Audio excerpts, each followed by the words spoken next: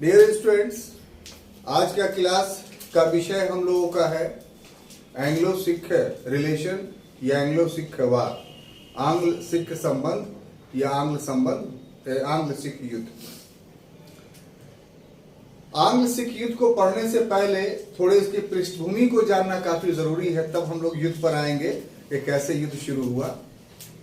देखिए, रणजीत सिंह ने जिस सिख साम्राज्य की स्थापना की, तो व्यक्तिगत रूप से रणजीत सिंह काफी योग्य थे, काफी महत्वाकांक्षी थे। इसलिए उनके जीवन काल में सिख साम्राज्य अक्षुण्ण बना रहा, बल्कि और विस्तारित होता रहा जब तक वो जीवित रहे। लेकिन पंजाब में जिस व्यवस्था की उन्होंने स्थापना की थी, वह व्यवस्था अस्थायित्व रखने वाला व्यवस्था नहीं था। वो सिस्टम के जरिया परमानेंसी नहीं आ सकती थी। इसीलिए रणजीत सिंह जिस सिख साम्राज्य की स्थापना किया था, उनकी मृत्यु के 6 ही साल के अंदर भरभरा कर गिर गया और समाप्त हो गया, अस्तित्व ही मिट गया। हालांकि इतिहास में योग राजाओं के बाद उनके वंश के बने रहने का प्रमाण मिलता है और एक लंबे समय तक उनका वंश जीवित रहता है और शासन करता रहता है। जैसे उदाहरण के लिए लीजिए तो मुगल थे, तो अकबर काफी योग्य था, उसने मुगल वंश को अस्थायित्व प्रदान किया, उसकी मृत्यु के बाद भी एक लंबे समय तक रहा। मौर्य डायनेस्टी था, तो चंद्रगुप्त मौर्य काफी योग्य शासक था, उसके मृत्यु के बाद भी मौर्य डायनेस्टी चला। गुप्त वंश था, चंद्रगुप्त प्रथम, ये भी काफी योग्य था, इसने व्यवस्था बनाई, मृत्यु के बाद भी गुप्त वंश बहुत लंबे समय तक चलता रहा। लेकिन रणजीत सिंह ने जो साम्राज्य बनाया, वो साम्राज्य उसके मृत्यु के 6 वर्ष के अंदर ही धराशायी हो गया।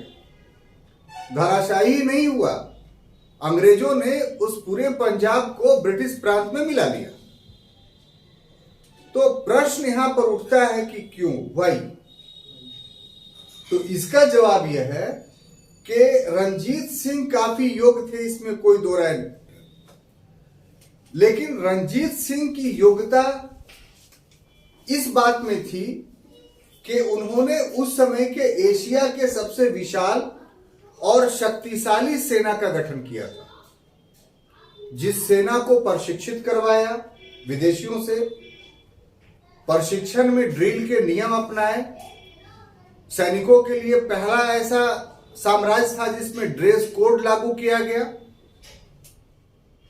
लेकिन उनकी सेना जो थी, वो जिन जातियों से मिलकर बनी थी, उसमें जाट थे और राजपूतों की एक जाति थी डोंगरा, और साथ ही साथ मुसलमान भी उनकी सेना में शामिल थे।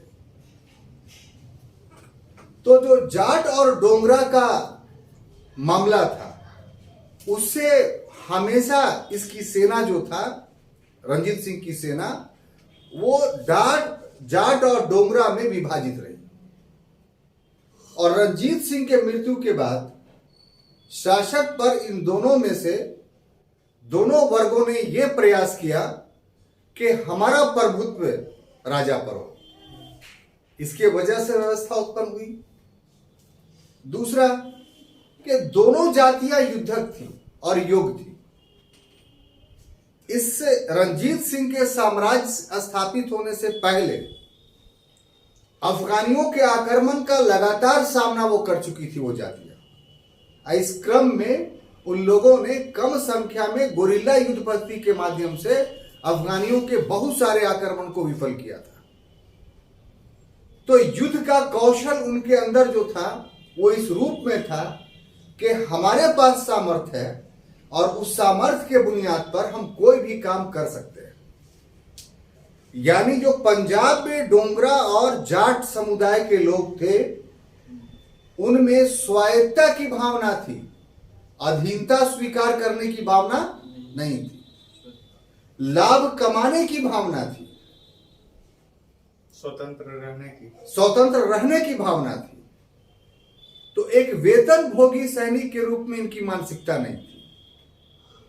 अब नतीजा क्या हुआ कि तीसरा पायदान पर हम देखते हैं कि जब रणजीत सिंह की मृत्यु हुई तो 40,000 की सेना वो छोड़ करके गए थे, और रणजीत सिंह के मृत्यु के बाद इस 40,000 में 3 गुना की वृद्धि हो गई।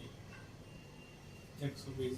सिर्फ सैनिक ही नहीं बढ़े, बल्कि बढ़े हुए सैनिकों ने अपने पक्ष को मजबूत करते हुए वेतन में भी वृद्धि करवा ली। तो एक तरफ सेना की संख्या भी बढ़ती है, दूसरी तरफ वेतन में वृद्धि भी होता है। तो इन दोनों का प्रभाव किस पर पड़ता है? राजकोष पर। और राजकोष की आय कम हो गई थी रणजीत सिंह के समय से। तो इसलिए रणजीत सिंह के बाद उनके जो उत्तराधिकारियों का दौर आया, उस दौर में जो सिख सेना थी या पंजाब रियासत की जो सेना थी, वो राज्य के लिए वरदान नहीं बल्कि बोझ बन गई।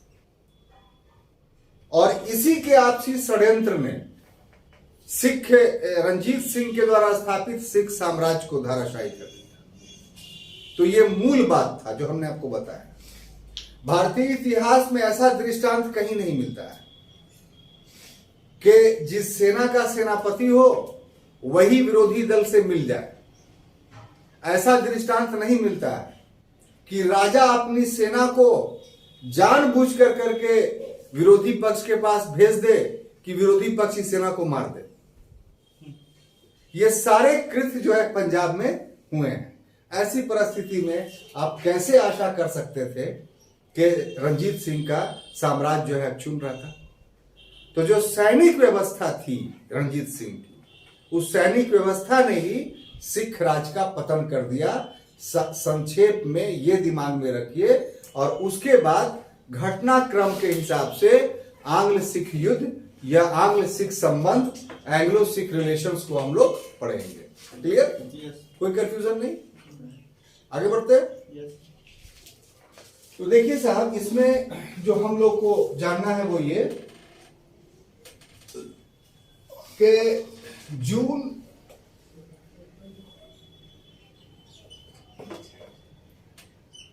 1839 ईस्वी में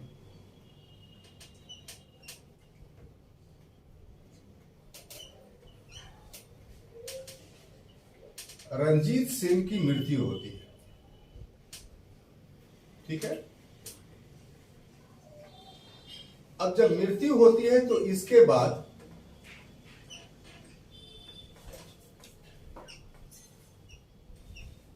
जो अगला शासक होता है,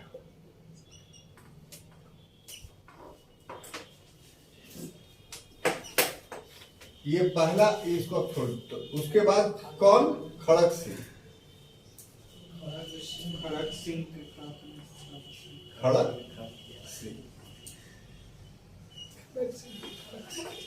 लेकिन खड़क सिंह का भी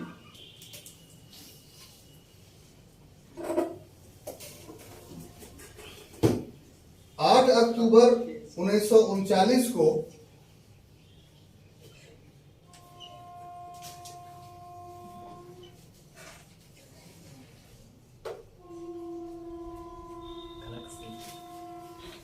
कैद कर लिया जाता है।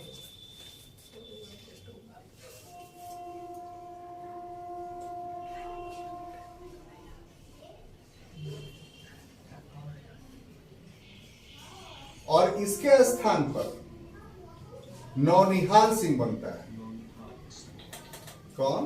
नौनिहाल सिंह। हम इस ढंग से लिख रहे हैं ना कि आपको याद हो जाए, नंबरिंग देते हुए चल जाते हैं। Yes sir.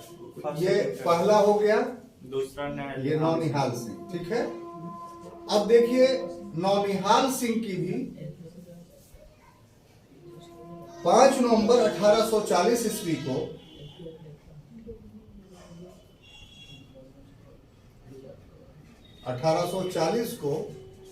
मृत्यु हो जाती है। कैसे होती है बताते हैं। अब इसके बाद नौनिहाल सिंह के बाद 2 बनते हैं। एक का नाम है चांद कौर, ये तीसरा मान लीजिए चांद कौर,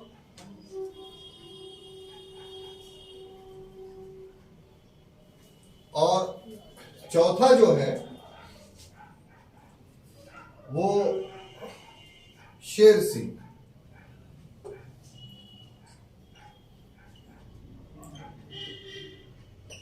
ठीक है, चांद कौर जो है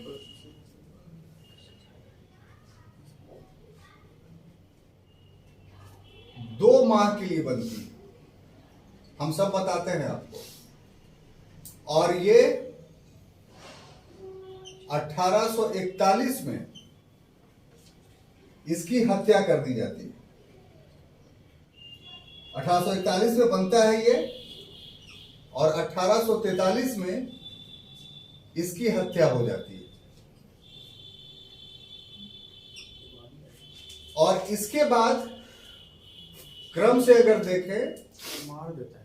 तो दिलीप सिंह, हम आपको सब बताते हैं पर जगह कम ले रहे हैं, अगर इसी घटना को लिखेंगे ना तो बहुत लेट हो जाएगा।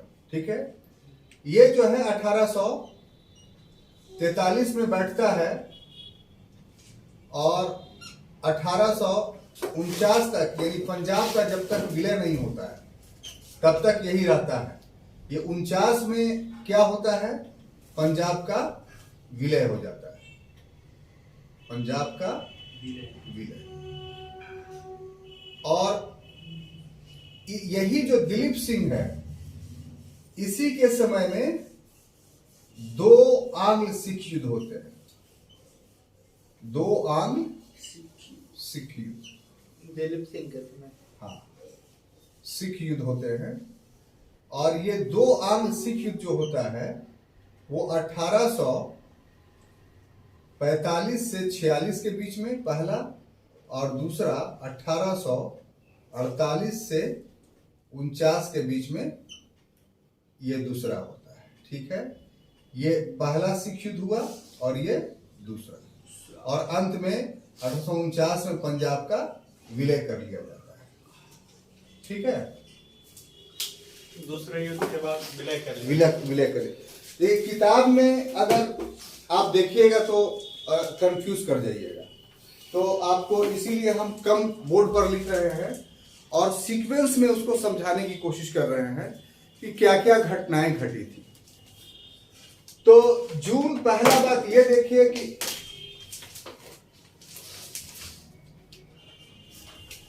जून 1839 में रंजीत सिंह की मृत्यु होती। रंजीत सिंह वास्तव में 1792 में शासक बनते हैं। ये आपको पहले ही क्लास में बता दिया जा चुका है। इसका मतलब कि 1792 से लेकर के 1839 तक वो पंजाब के शासक रहते हैं।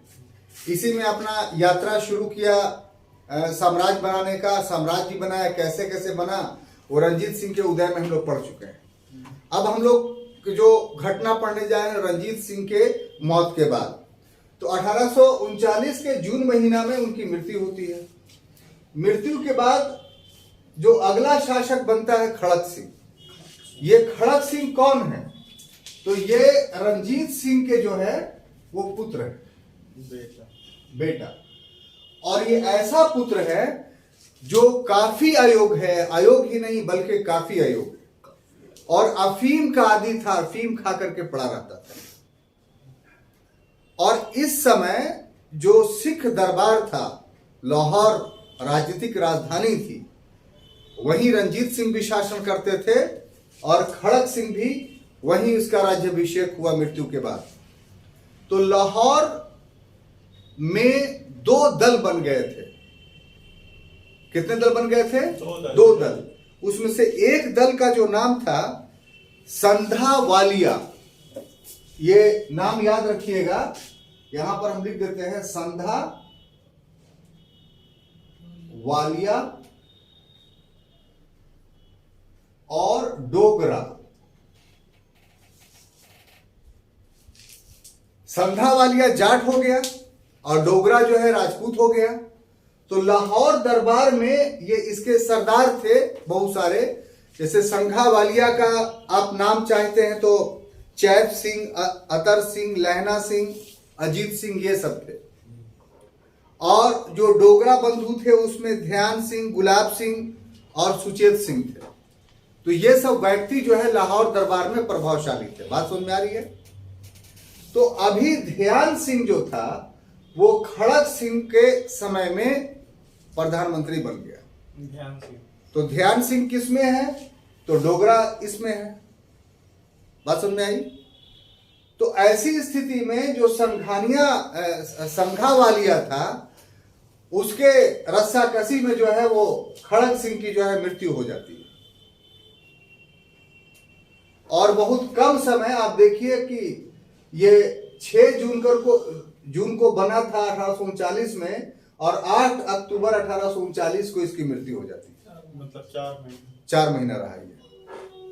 उसके बाद नौनिहाल सिंह जो इसका पुत्र था खड़क सिंह का, ठीक है, ये किसका पुत्र था?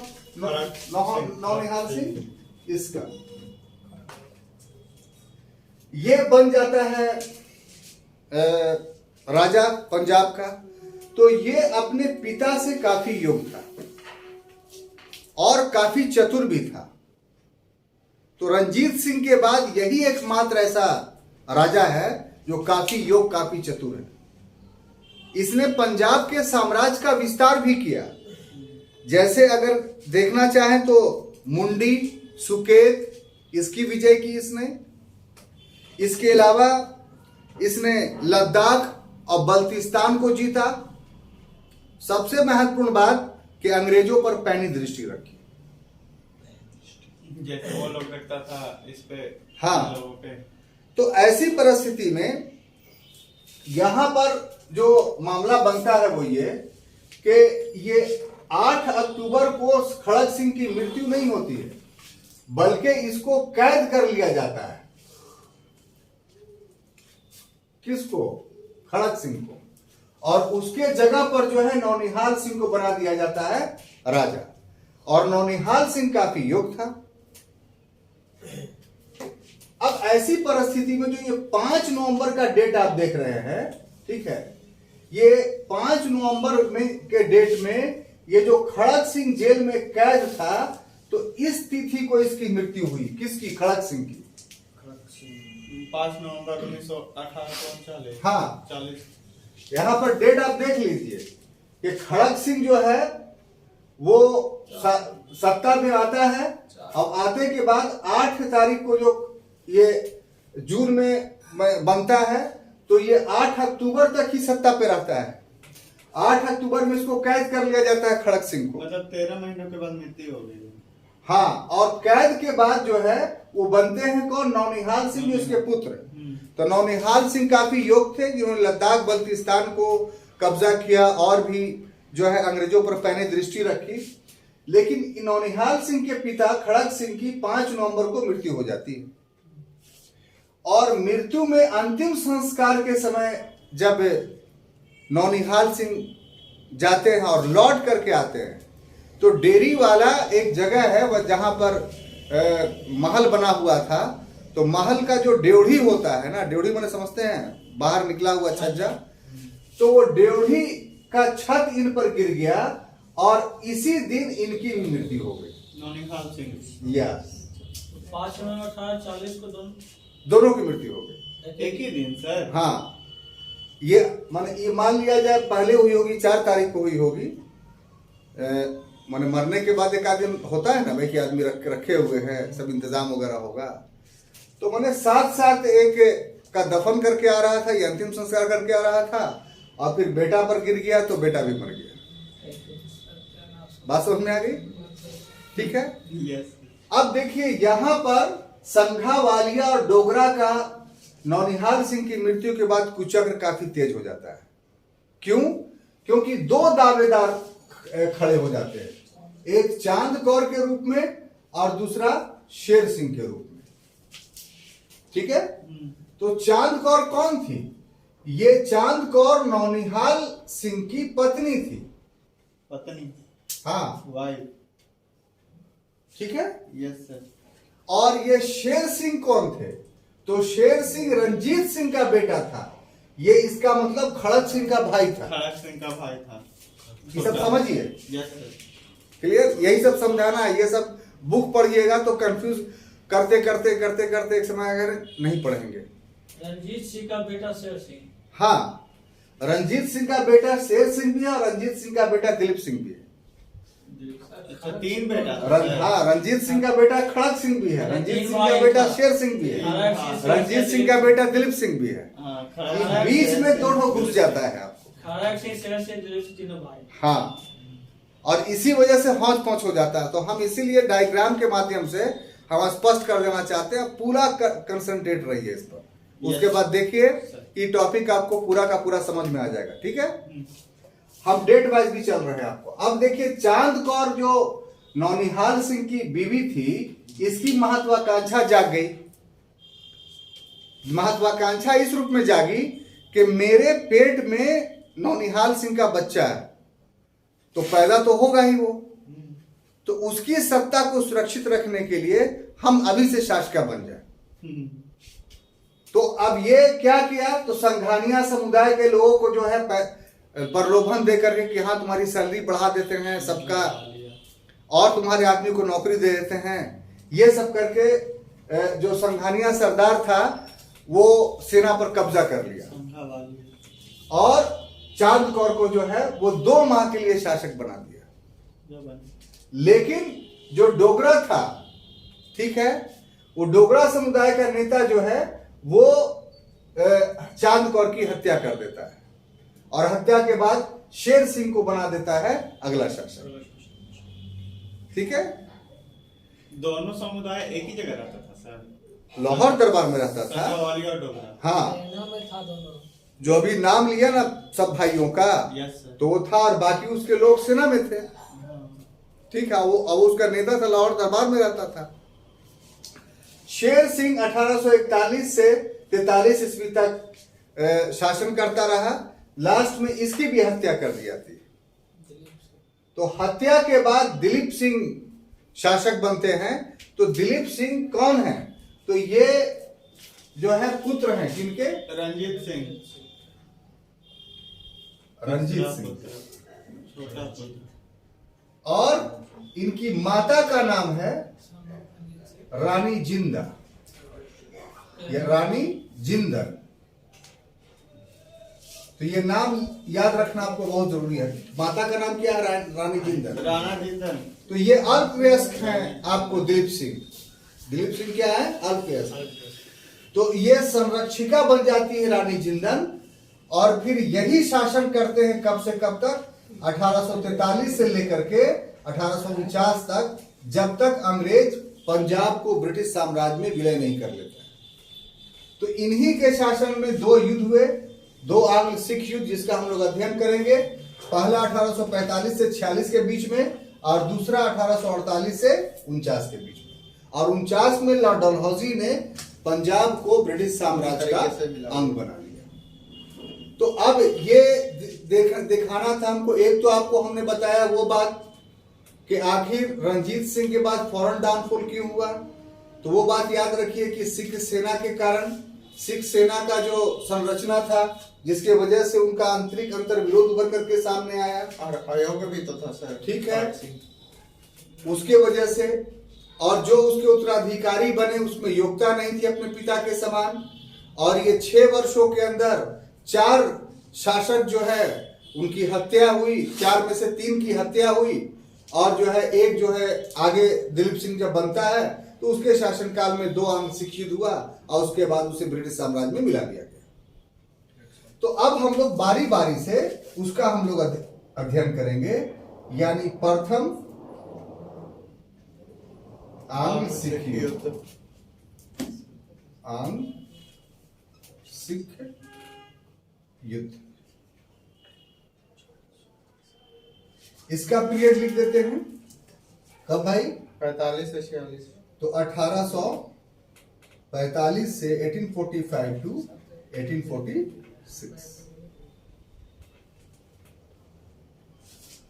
अब देखिए, ये जो प्रथम आंग्ल सिख हुई, प्रथम आंग्ल सिख युद्ध जो हुआ, तो उसमें अंग्रेजों के वक्तव्य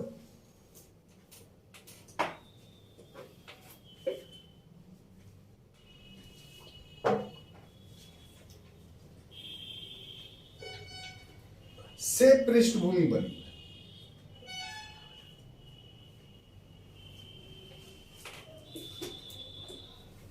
कैसे वो देखना है? इसमें सबसे पहला जो नाम है वो W.F. ऑसबर्न का है।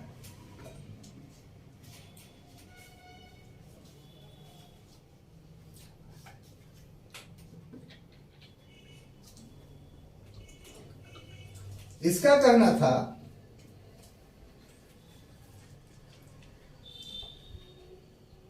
कि बड़े बड़े, ये कहा उसने जो था 1838 में। कब कहा था?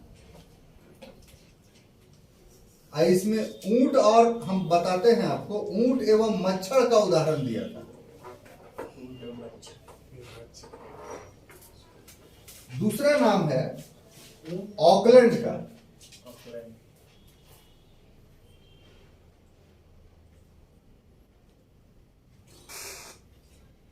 ये 1840 में।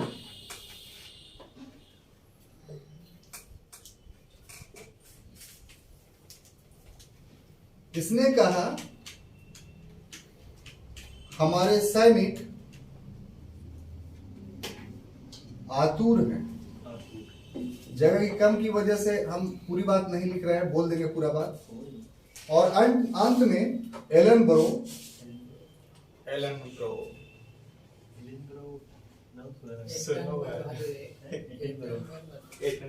ये कहा 1844 में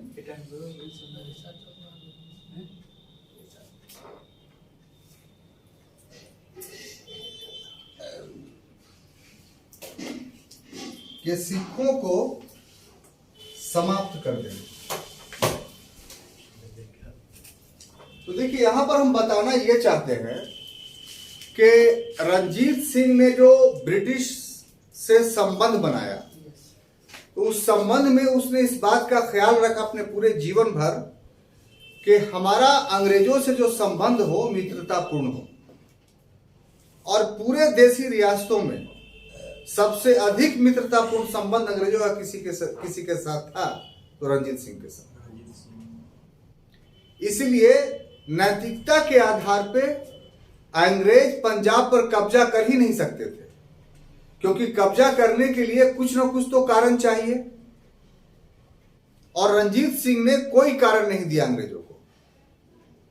अंग्रेजों के सारे डिमांड को आपने देखा रंजीत सिंह के उदय में क्यों मानते रहे। उनके खिलाफ कहा सतलज के पार मत जाओ तो नहीं जाएंगे, अपने सीमा में विस्तार करो ठीक है करेंगे, किसी समझौते में धन मांगा तो धन दे दिया।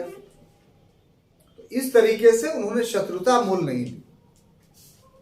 लेकिन जब तक वो जीवित रहे तब तक अंग्रेज भी इस स्वांग को रचते रहे कि हम लोगों के बीच मित्रतापूर्ण संबंध है। उस ढोंग को उठाते रहे कि मित्रतापूर्ण संबंध है, क्योंकि उनका भी यहां शासन जो था वो दिखावे के लिए नैतिकता पर था। वो तो ये कहते थे कि आपको शासन करने की योग्यता नहीं है इसलिए हम कर ले रहे हैं, वरना हमको शासन वासन नहीं चाहिए। तो ये उच्च आदर्श के लिए कुछ तो नैतिकता दिखानी थी। इसलिए रंजीत सिंह के जीते जी उनकी हिम्मत नहीं हुई कि पंजाब को हस्तगत कर ले। लेकिन हिम्मत तो नहीं हुई, ये बात सही है। लेकिन इसके साथ साथ हम ये भी देखते हैं कि रंजीत सिंह के समय में ही और रंजीत सिंह के मृत्यु के बाद भी अंग्रेजों का कुछ वक्तव्य उभर करके सामने आता है, जिससे यह समझ में आता है कि पंजाब के प्रति अंग्रेजों की नीति सही नहीं थी। वो पंजाब को ललचाई दृष्टि से देख रहे थे। उसमें सबसे पहला नाम आता है W.S. ऑसबर्न का। W.S. ऑसबर्न ये कहता है 1838 में, अभी रंजीत सिंह जिंदा है। रंजीत सिंह की मृत्यु कब होती है? 1839 में। लेकिन वो ऑसबर्न 1838 में ही ये कह देता है कि छोट पहाड़। जब सिंध का विलय कर लिया गया है, उस समय पंजाब के बाद सिंध का इलाका था, तो सिंध का विलय कर लिया गया है, तो अच्छा है कि पंजाब का भी विलय कर लिया जाए ताकि हमारी पश्चिमी सीमा सिंध बन जाए। और हमने बड़े बड़े ऊंटों को हजम कर दिया, ये मच्छर कहां के की क्या औकात है। तो ये ऑसबर्न ने कहा था, किसके लिए? सिखों के लिए, कि हमने बड़े बड़े ऊंटों को हजम कर लिया। ये ऊंट उसने किसको कहा है? तो मराठे और मैसूर को, कि जब उन लोग को हम हरा दिए तो तुम किस खेत के मूली हो, तुम तो उसके सामने मच्छर हो। उन लोगों ने तो बहुत दिन एग्जिस्ट किया, बहुत लड़ाइयां लड़ी, बहुत कुर्बानियां दी, तो उसको तो हम हजम कर गए। अब वो दोनों का नामो निशान नहीं उसके सल्तनत का, और तुम तो वो दोनों शक्ति के सामने मच्छर हो। तो इससे मंतव्य लगता है कि लाख मित्रता भारतीय शक्ति कर रहे थे, लेकिन अंग्रेज का जो इरादा था साम्राज्यवाद का, वो धूमिल नहीं हुआ था। और एक बड़ी शक्ति इस समय तक सिर्फ पंजाब ही बची थी जो लड़ सकती थी, जो चुनौती दे सकती थी अंग्रेजों को। तो अंग्रेज भारत में देसी रियासत रखना चाहते थे, लेकिन ऐसा नहीं जो भविष्य में उनके लिए चुनौती बने। तो अभी तक सारे देसी रियासत नतमस्तक हो चुके थे, बहुतों ने सहायक संधियां स्वीकार कर ली थी, लेकिन पंजाब के साथ ऐसी बातें नहीं थी। तो इसलिए पंजाब पर अंग्रेजों की पैनी दृष्टि थी। जब रणजीत सिंह मर गए तो उसके बाद ऑकलैंड, जो भारत का गवर्नर जनरल था, 40 से 42 तक इसका 38 से 42 तक इसका पीरियड है, तो इसने 40 में कहा कि हमारे पत्र लिखा किसको? ब्रिटिश सम्राट को, कि हमारे सैनिक आतुर हैं किस चीज के लिए? तो पंजाब को ब्रिटिश साम्राज्य में शामिल करने के लिए। ये चिट्ठी जो बाद में पढ़ी गई तब पता चला कि अंग्रेजों का उद्देश्य क्या था। आतुर का मीनिंग से? आतुर मने उतावला है, ठीक है। इसी तरीके से एलनब्रो जो 42 से 44 तक रहा गवर्नर जनरल, ऑकलैंड के बाद एलनब्रो ही गवर्नर जनरल था, तो इसने महारानी को 44 में जो पत्र लिखा है, उस पत्र में कहा है कि हमें सिखों को समाप्त कर देना चाहिए और हम करके ही रहेंगे। अब ये कल होगा परसों होगा ये हम नहीं कर सकते हैं, लेकिन निश्चित रूप से सिख समाप्त होंगे और इसके लिए हम तैयारी करना शुरू कर दिए। तो कहने का अर्थ है कि जो 45 में लड़ाई शुरू हुई अंग्रेजों और सिखों के बीच में, जिसको प्रथम आंग्ल सिख युद्ध कहते हैं, उसका पृष्ठभूमि अंग्रेजों ने वक्तव्यों के माध्यम से पूर्व में ही तैयार कर लिया था। यानी इसके लिए अंग्रेज आतुर थे कि युद्ध हो और हम युद्ध में सिखों को पराजित करें और पंजाब पर कब्जा कर लें। लेकिन साहब आप आगे चल के अभी देखिएगा, सिर्फ युद्ध के लिए अंग्रेजों को ही उत्तरदायी ठहराना उचित नहीं होगा, बल्कि सिखों का आपसी अंतर्विरोध भी इसमें शामिल था। कैसे? वो आगे देखते हैं। तो ऐसी परिस्थिति में क्या हुआ कि ऐसी परिस्थिति में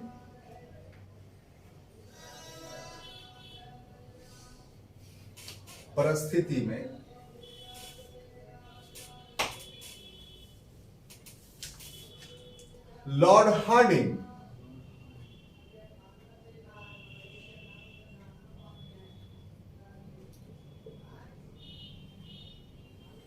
अठारह 44 से लेकर के 48 तक ये क्या बनता है? तो गवर्नर जनरल बनता है।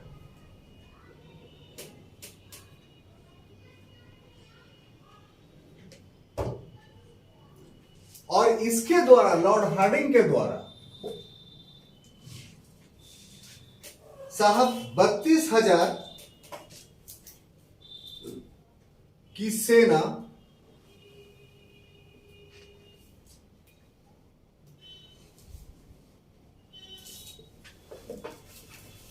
तैयार की जाती है, साथ ही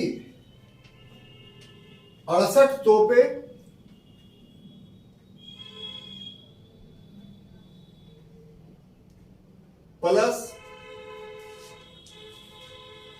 57 नाव,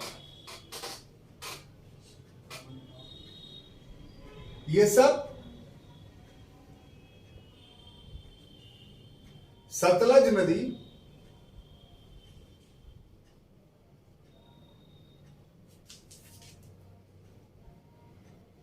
के पूर्व में तैनात किया जाता है। और पश्चिम में कौन है सतलज नदी के? तो रंजीत सिंह का इलाका है और रंजीत सिंह की फौज है।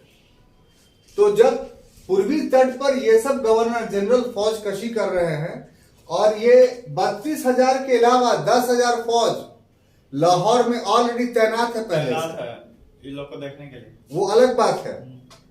तो इसमें हवा ही उड़ा दिया लॉर्ड हार्डिंग ने कि वो सामान्य अभ्यास है, ये कोई डरने की बात नहीं है और हम नियंत्रण स्थापित करने के लिए विद्रोहियों पर ये सब काम कर रहे हैं। और 9 जो बुलाया था वो इसलिए कि सतलज नदी को पार करके हम रंजीत सिंह के साम्राज्य में पहुंच जाए। बात समझ आ रही है? अब ऐसी परिस्थिति में ये तो गवर्नर जनरल की तैयारी थी, ठीक है, 57। अब ये तो अंग्रेजों का पक्ष था। दूसरा पक्ष भी आप देख लीजिए। दूसरा पक्ष रानी जिंदन का था और ये क्या था इसका पक्ष? तो ये सिख सेना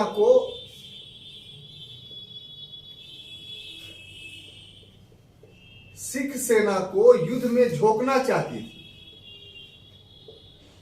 युद्ध में झोंकना चाहती थी। अब यहां पर समझने की बात है, समझ गया ना? यही सब चीज है जो एक साथ मिल जाता है और वो आप नहीं समझ पाते हैं। 2 परिस्थितियां हम आपको बता रहे हैं। एक परिस्थितियां ये हैं और दूसरी परिस्थितियां ये। एरो के समझिए, ये जो पहली परिस्थिति है ये अंग्रेज तैयार कर रहे हैं, ठीक है। और दूसरी परिस्थिति रानी जिंदन यानी जो दिलीप सिंह की मां है और संरक्षिका है दिलीप सिंह की और पंजाब की एक प्रकार का वास्तविक शासिका है। तो जो पूर्व के दृष्टांत थे, हार्डिंग जब आया तो माहौल इसके लिए तैयार था कि वो अब सिखों को पराजित करके पंजाब को जीत लिया जाए। तो उसके लिए उसने फौजकशी की और फौज इतना इकट्ठा कर दिया कहां पर? सतलज नदी के पूर्व में। अब सतलज नदी के पश्चिम में जो सिख राज था वहां क्या हालात था? तो वहां का हालात यह था कि दूसरा पक्ष जो वो था रानी जिंदन के रूप में, वो अपने सेना से तबाह थी। वो सेना से ही उसका दुश्मन था रानी जिंदन का। इतनी बड़ी संख्या हो गई थी, 40,000 तो रंजीत सिंह अपने मौत के समय छोड़ा था, उसका 3 गुना बढ़ गया था। सभी का वेतन बढ़ गया था और आपस में ही संघा वानिया और डोगरा सरदारों के बीच वो देख चुकी थी कि पहले 3-3 लोगों की हत्या कर चुका है रंजीत सिंह के परिवार का। साथ ही साथ बहुत सारे सरदार जो एक दूसरे की हत्या कर चुके हैं। तो ये काफी शक्तिशाली बन गए। कौन? सिख सेना। इसलिए सिख सेना का दुश्मन अंग्रेज नहीं था इस समय। सिख सेना का दुश्मन उसकी रानी या उसका राजा खुद था। तो सिख सेना की शक्ति को कम करने के लिए उसने सिख सेना को युद्ध में झोंकने की नीति अपनाई। किसने? रानी जिंदन। अब झोंकने की नीति क्यों अपनाई? उसका विचार था कि यदि सिख सेना हार जाती है तो उसकी शक्ति में कमी आएगी, जिससे हमको लाभ होगा। हमको तो उसको शक्तिहीन करना है। और यदि जीत जाती है तो इसका मतलब हमारे क्षेत्र में वृद्धि होगी। क्षेत्र में वृद्धि होगी तो अधिक धन मिलेगा हमको, तो उस धन से इस सेना का शिकायत हम दूर कर देंगे। तो चाहे सिख सेना पराजित हो या जी या चाहे विजित हो, लाभ दोनों स्थितियां में रानी जिंदन को था। और इस समय उसका जो प्रधानमंत्री था रानी जिंदन का, वो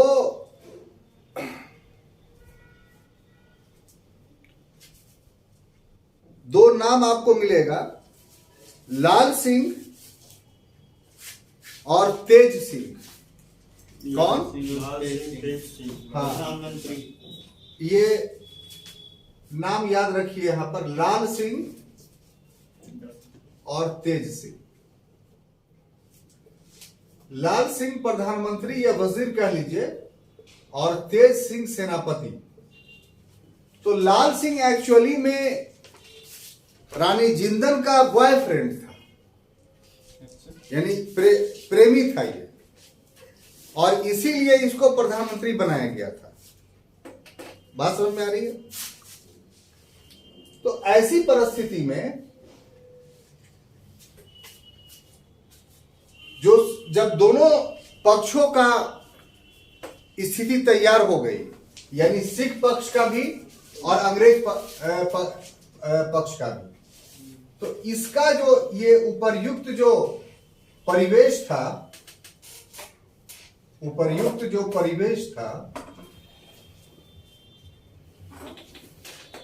इस परिवेश के कारण जो सिख सेना था, ये तो काफी लड़ाकू सेना थी,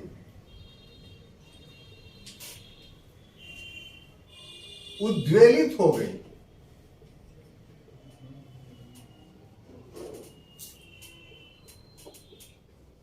और स्वयं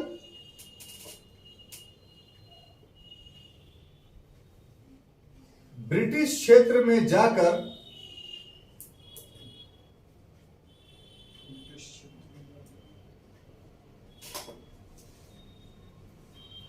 युद्ध करने के लिए ललायित हो गई।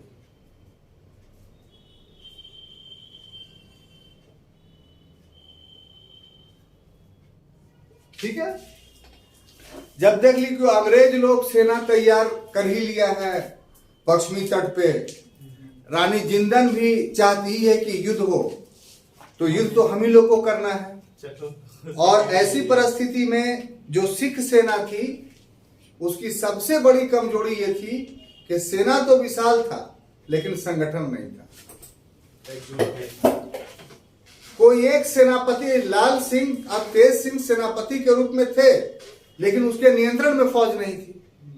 फौज अलग अलग सरदारों के नियंत्रण में थी और सभी के सभी लड़ाकू थे। तो ये सभी लड़ाकू अगर एक नेता के अधीन रहते तो फिर अंग्रेजों के छक्के छूट जाते, लेकिन यही कमजोरी अंग्रेजों की जीत का कारण बना।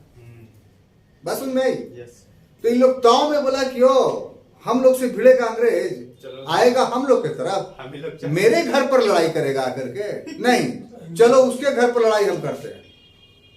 तो इस जोश में सिख सेना जो है सतलज नदी को पार कर करके सतलज नदी के पूरब की ओर अंग्रेजों पर आक्रांता हो गई। अब ऐसी परिस्थिति में जो 5 युद्ध होते हैं, कितना? 5 युद्ध होते हैं। ये 5 युद्ध क्रम से याद रखिएगा, एग्जामिनेशंस में पूछता है। पहला जो युद्ध हुआ वो मुदकी का युद्ध, हम खाली जगह का नाम लिख देते हैं, का युद्ध आप समझ जाइएगा, ठीक है? मुदकी का युद्ध। दूसरा युद्ध फिरोज शाह का युद्ध,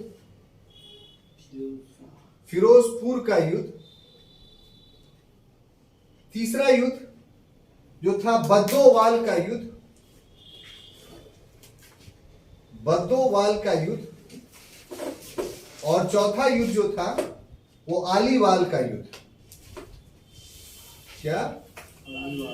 आलीवाल का। ये जो था वो अनिर्णित रहा। क्या रहा? अनिर्णित। माने कौन जीता कौन हारा वो पता नहीं चला। लेकिन जो 5वां युद्ध था, जिसको बोलते हैं सबराओं का युद्ध, सबराओं का युद्ध, ये युद्ध 10 फरवरी 1846 ईस्वी को लड़ा गया। 10 फरवरी 1846 ईस्वी, ठीक है। और इसमें अंग्रेज विजित रहे। क्या रहे? जीत गए। और इसका कारण क्या था? तो कारण था लाल सिंह और तेज सिंह का अंग्रेजों से मैंने जो सेनापति था ना, वही मिल गया। वही मिल गया। बताइए। लाल सिंह प्लस तेज सिंह का अंग्रेजों से मिल जाना। रानी चंदन का मिल गया। अब देखिए कि यहां तक तो आपको समझा चुके हैं ये वाला खंड। यस। अब ऐसी परिस्थिति में बिना संगठन के, बिना कोई योजना के चलो चलो चलो, चलो। तो अब लाल सिंह तेज सिंह भी बोले चलो। चला। पार हो गया। पार हो गया। तो ये सब जो मुदकी में लड़ाई हुई, फिरोजपुर में, बद्दोवाल में, आलिशवाल में, तो अनिर्णित रहा। कौन जीता कौन हारा पता। हाँ। इसी बीच जो लाल सिंह और तेज सिंह था, उसने अंग्रेजों से संपर्क स्थापित किया और कहा कि हमारी और रानी के अगर सुरक्षा की आप गारंटी लेते हैं, अंग्रेजों को बोला, तो हम इस फौज को 1-2 दिन तक रोके रख सकते हैं। तो बोला ठीक है। अंग्रेज बोलते कि हमको कुछ दिन का समय चाहिए, 1-2 दिन का, तो हम तैयारी करके अबर में जो आक्रमण करेंगे ना, तो उसमें इन लोग को पराजित कर देंगे। तो घुमाने के लिए फौज को ले गया कि थक गए, चलो थोड़ा घूम लेते हैं। तो आसावल एक जगह है, वहां लेके चला गया और 2 दिन के बाद लेके आया। तो जहां पर लेकर के आया, वहां पर खाई खोदे हुए था ये लोग। अंग्रेज लोग नहीं, सिख लोग। लाल सिंह और नहीं, सिख सेना एक प्लानिंग के तहत लड़ाई करना चाहता था, लेकिन इस खाई का राज अंग्रेजों को लाल सिंह और तेज सिंह ने बता दिया। सिर्फ खाई का राज ही नहीं बताया, बल्कि उसके अधीन जो सेना थी उसको लेके युद्ध के मैदान से ही भाग गया। तो सामरिक दृष्टिकोण से भी सिख कमजोर हो गए और सैनिक क्षमता के दृष्टिकोण से भी सिख कमजोर हो गए। और ऐसी स्थिति में सिख पराजित हो गए। लेकिन इस युद्ध में सिख पराजित हुए, लेकिन राजा जीत गया। सिख सेना पराजित। हाँ, ये भी अपने आप में है। ये एक नया क्वेश्चन बन सकता है कि प्रथम आंग्ल सिख युद्ध में सिख सेना पराजित हुई, लेकिन सिख राजा की विजय हुई। प्रमाणित कीजिए। तो एक पेज में नहीं लिख सकते हैं आप। तो ये सब क्वेश्चन निकलता है और यहीं पर आपको अपने तरीके, देखिए ऐसे क्या मोबाइल पर अपने तरीके से जो है वो साहब आपको आंसर लिखना पड़ेगा। और अगर फैक्ट्स आपके दिमाग में है, पढ़े हुए हैं, ये सब चीज के लिए कोई तैयारी करने की जरूरत नहीं है। अपने आप बना सकते हैं, है ना? बात सही है ना? अब देखिए इसके बाद क्या होता है। तो अंग्रेजों और सिखों के बीच में एक संधि होती है और वो संधि मार्च 1846 ईस्वी में होती है।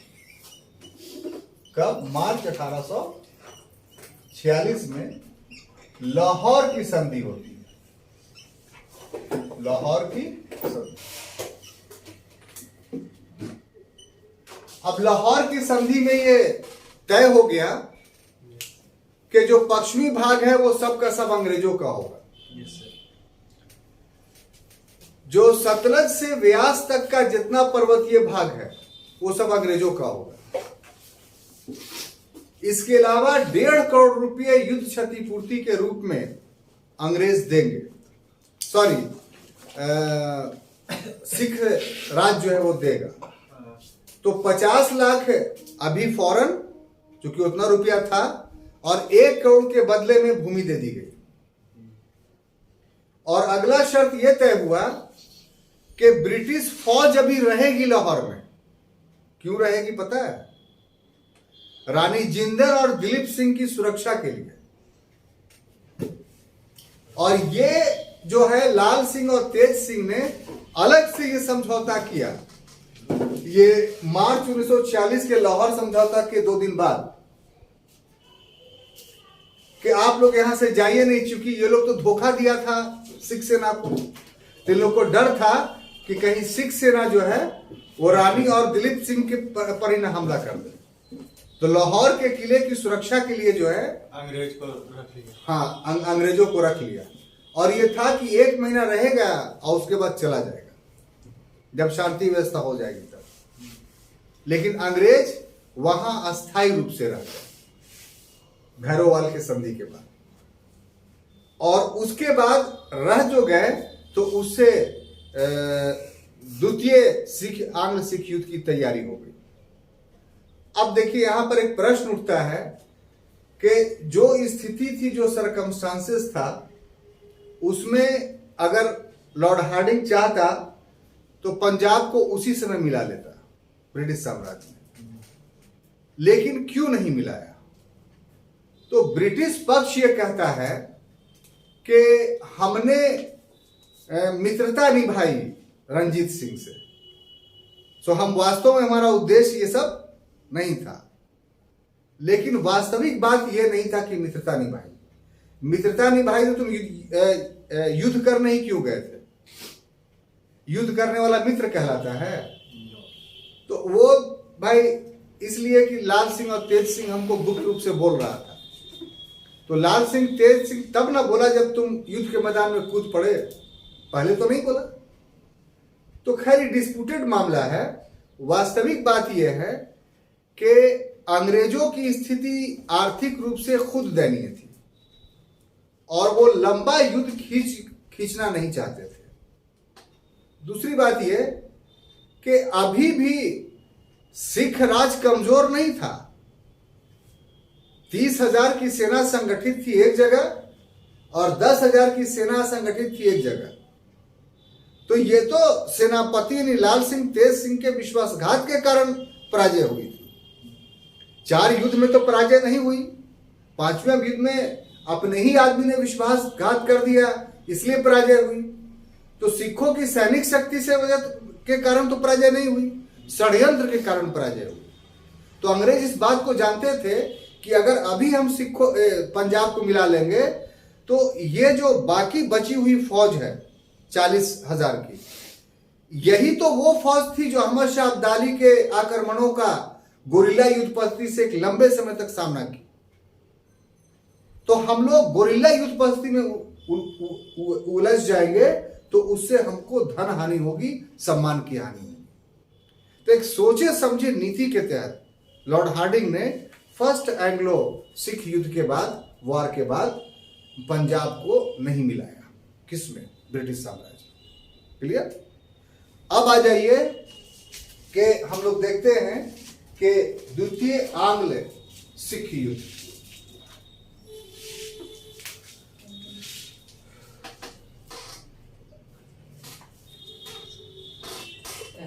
द्वितीय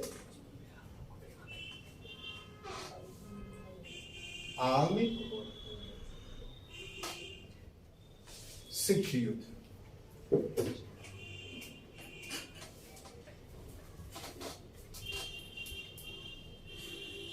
ये साहब कब हुआ?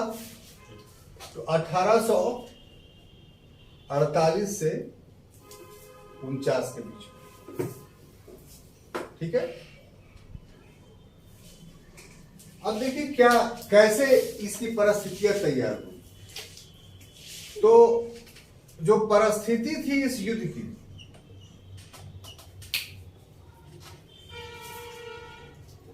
हम ये द्वितीय का परिस्थिति बता रहे हैं। ठीक है। उसमें पहला जो था वो लॉर्ड डलहौजी का गवर्नर जनरल बनना।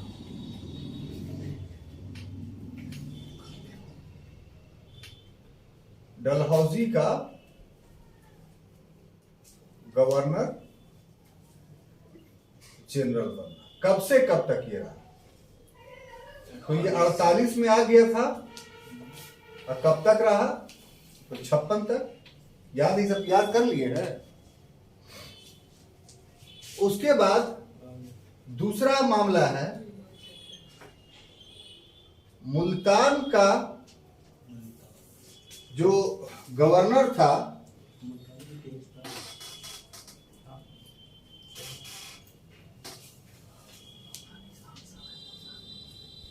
मूलराज, मुल्तान का गवर्नर मूलराज का मामला, ठीक है। उसके बाद है लाहौर दरबार में हस्तक्षेप।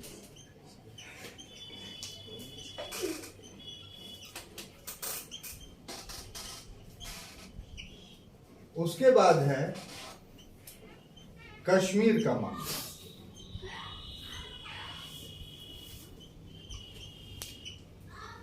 अब देखिए 48 तक आते आते द्वितीय आंग्ल सिख युद्ध की परिस्थितियां कैसे तैयार हुई। मामला तो फर्स्ट एंग्लो सिख युद्ध में खत्म हो चुका था, संधि हो चुकी थी लाहौर की। अब क्या बात हुआ?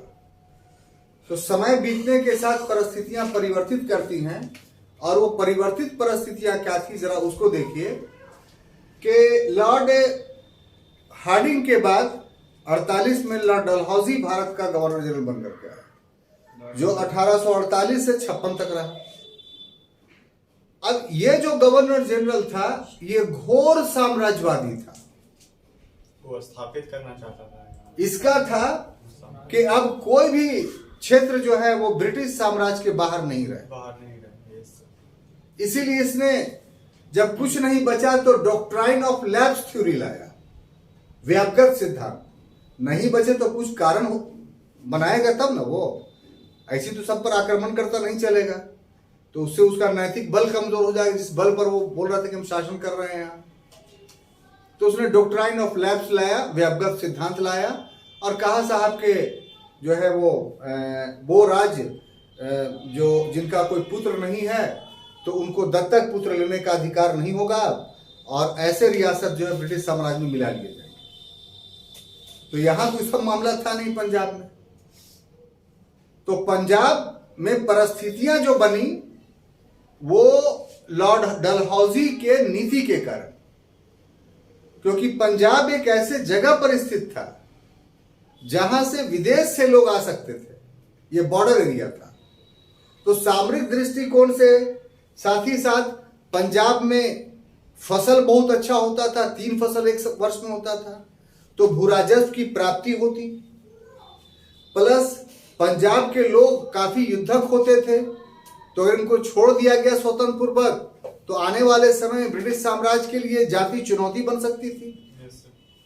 तो ये 3 कारणों से डलहौजी का ये विचार था कि नहीं, पंजाब को ब्रिटिश साम्राज्य में मिला लेना है। तो ये तो उसका अपना मंतव्य था। मंतव्य के लिए परिस्थितियां भी तैयार हो रही थी, और परिस्थितियां कैसे तैयार हो रही थी तो उसमें सबसे पहला आप पढ़िए लाहौर दरबार में हस्तक्षेप। मुल्तान का गवर्नर अभी नहीं, इसके बाद जो है लॉर्ड डलहौजी के बाद हम थोड़ा मिस करके लिख दिए, इसके बाद आप इसको पढ़िए, ठीक है ना, और इसके बाद फिर इसको पढ़िएगा, और फिर इसके बाद इसको पढ़िएगा। फर्स्ट सेकंड थर्ड कर दीजिए, कर दे। तो ये हो गया आपका फर्स्ट, ठीक है, ये हो गया आपका सेकंड, और ऊपर वाला मुल्तान, ये हो गया थर्ड, और ये हो गया फोर्थ। तो अब देखिए साहब क्या है कि जो संधि हुई थी लाहौर की संधि के बाद वाला कि ब्रिटिश फौज रहेगी, तो फिर भैरोवाल का समझौता हुआ रानी जिंदन से या दिलीप सिंह से और अंग्रेजों के बीच में।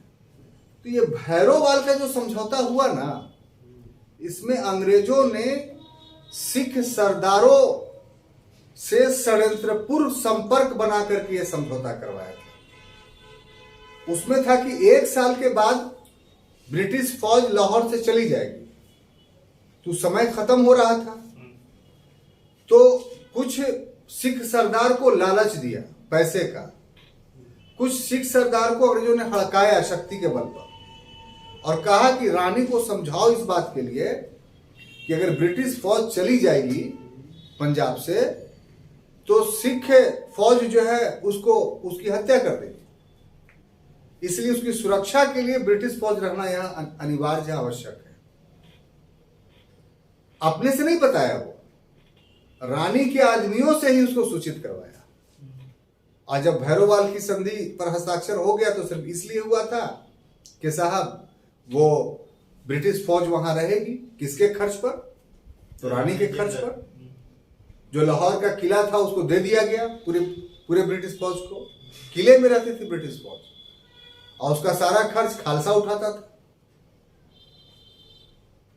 तो अब यह हुआ कि जो रीजेंट था, ब्रिटिश रीजेंट, वही वास्तविक शासक बन गया। अब दिलीप सिंह या रानी जिंदल का कुछ नहीं चलने लगा लाहौर में। ये लोग एक तरह से कैप्टिव हो गए अंग्रेजों के। कैप्टिव क्यों हो गए?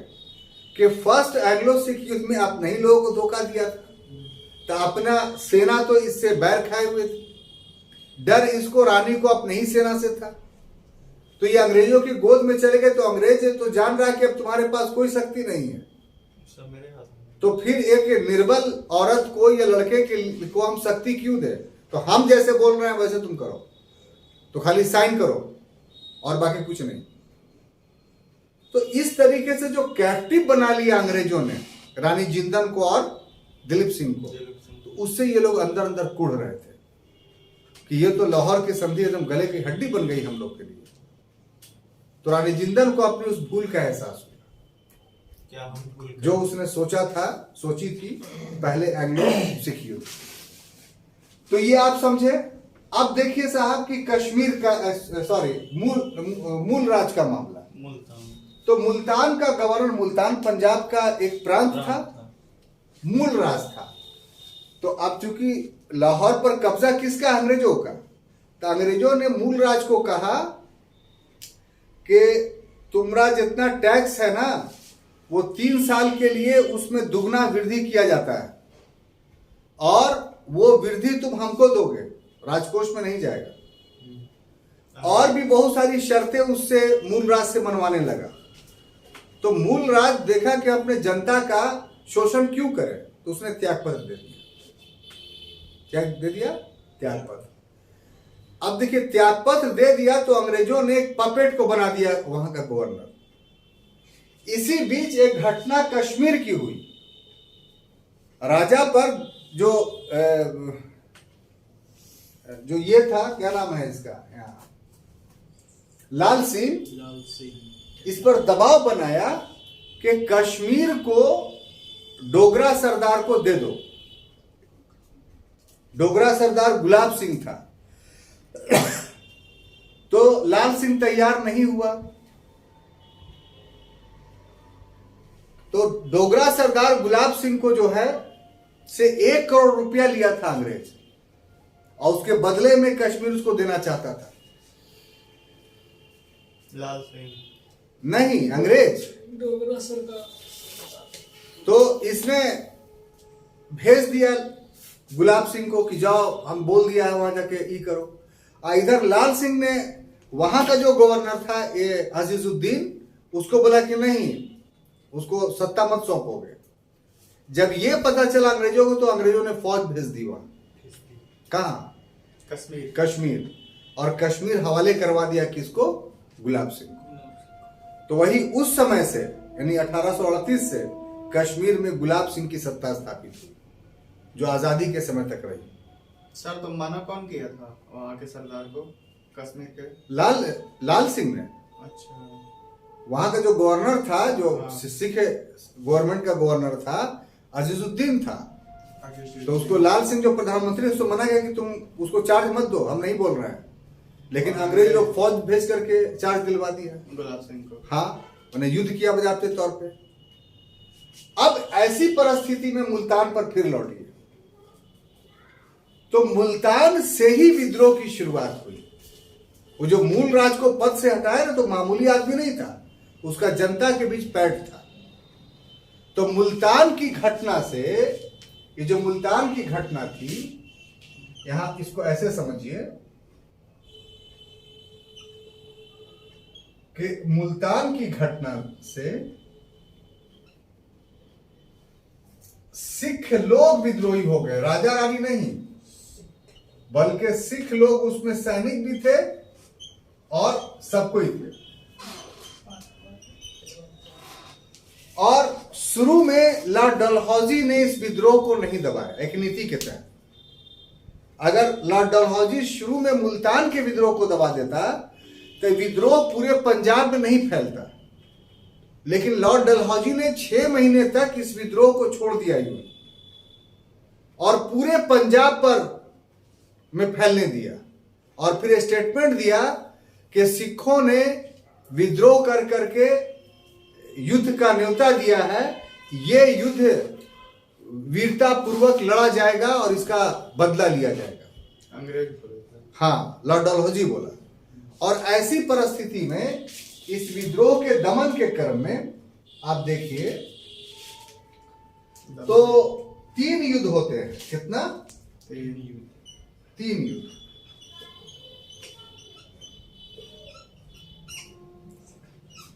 उसमें पहला युद्ध जो होता है, क्रम से लिख देते हैं, रामनगर का युद्ध।